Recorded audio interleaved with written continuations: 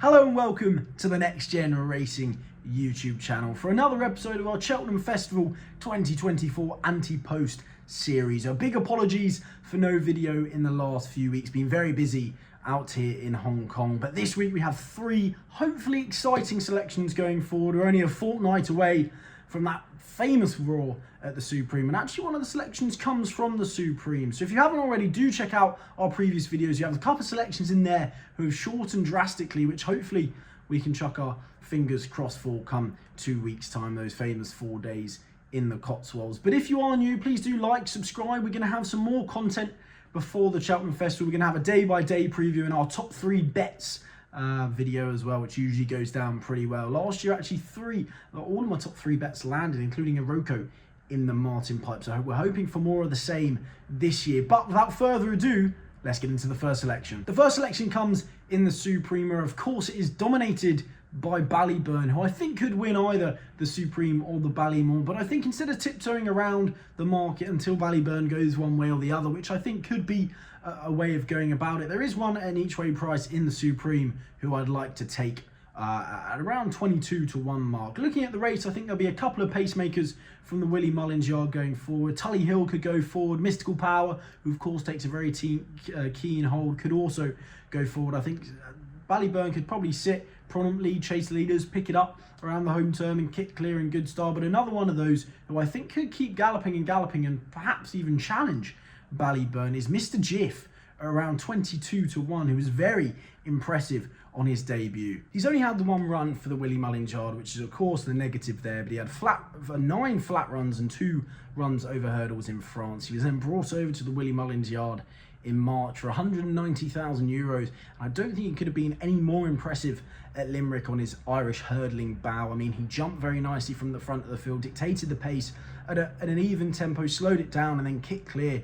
And the speed in which he put it to bed in the final 2 hurdles was very impressive. He hasn't beaten all that much, but it looks like he's a very strong stayer if he gets to the front of the field. Of course, he's very unexposed. He has a lot of upside, I do think, and it looks like the 2 front runners in the Supreme, Tully Hill and perhaps Mr. Jiff, could set the race up perfectly for Ballyburn. But I think, looking at Mr. Jiff, I think he's only going one way last time after his last run. He jumped into the race nicely. His jumping, I thought, got a lot more efficient and a lot more smooth throughout the race. It looks like he relaxed into it quite nicely. He didn't take too much of a keen hold and he stretched clear in very good style. Of course, Ballyburn is going to be the one to beat in the Supreme if he does go there, but I think Mr. Jiff has a lot of upsides. He has only had the 1 run for the Willie Mullins yard, but I do think, quite like El Fabiolo when he was impressive for Aintree in his novice hurdling career against John Bon, I do think Mr. Jiff probably has a lot of upsides, and around the 22 to 1 mark, he's definitely one that I'm going to be backing each way for the Supreme.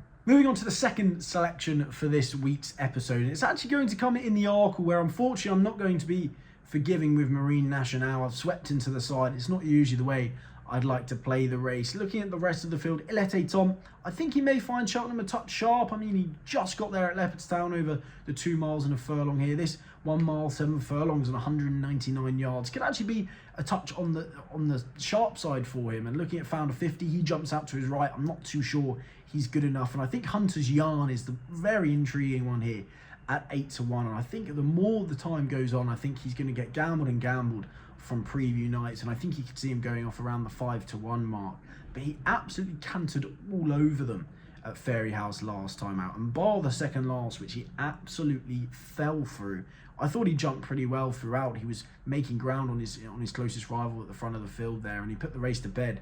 He cantered home, absolutely sauntered home in good style. He put 10 lengths between himself and Path Doru. Path Doru has since finished second at the Dublin Racing Festival behind Madara, Leopardstown, a listed contest there, and is now raced 139. So for Hunter's Yarn to put that race to bed and put Path Doru to bed in that style, I thought was very, very classy. I thought he's capable of much more. Of course, he's very unexposed.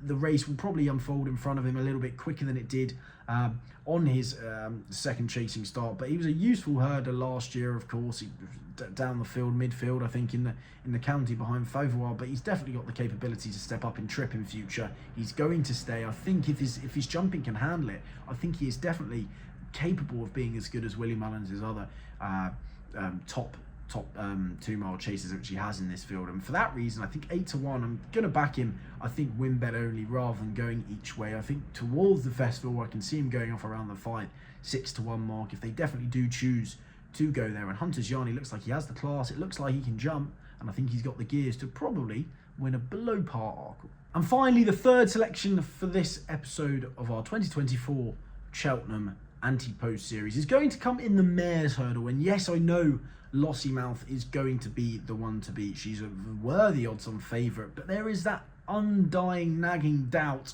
of the trip, which she hasn't run over before. She has had a tendency to take a seriously keen hold, and looking at last time at Cheltenham, they went an absolute crawl. They went slower than the race that Sergino won, and yes, she put the race to bed in very good style, but I mean, even the lovable Lord Glitters is in her pedigree there on the downside, so you'd have to have a slight question mark about the 2.5 mile trip. I think the thing she'll have in her favour is there isn't really a true pacemaker here. Love Envoy could go from the front as she did last year, but even then that turned into a bit of a crawl and then quickened. Honeysuckle did after the final 2 hurdles there. So on that basis, Lossiemouth is of course the one to beat, especially with the lack of speed there and it turning into a sprint. But I have a feeling that Tell Me Something Girl is coming back to her prime over hurdles, and her Cheltenham form does of course stack up. She won the Mayor's Novice Hurdle a couple of years ago, 3 years ago. 2 years ago was Travelling a Dream, was sent off 4-1 for the Mayor's Hurdle before being brought down. Last year they tried her over fences, that didn't work whatsoever, but it looks like she ran okay on her return to hurdles in December, and then I thought she put in a cracking run behind Zarak the Brave and the Limestone Lad last time out. Zarak the Brave's rated 152. Yes, of course, was giving weight away to Tell Me Something Girl, but I think she's going to stay the step up to 2.5 miles. I really do rate that performance last time out.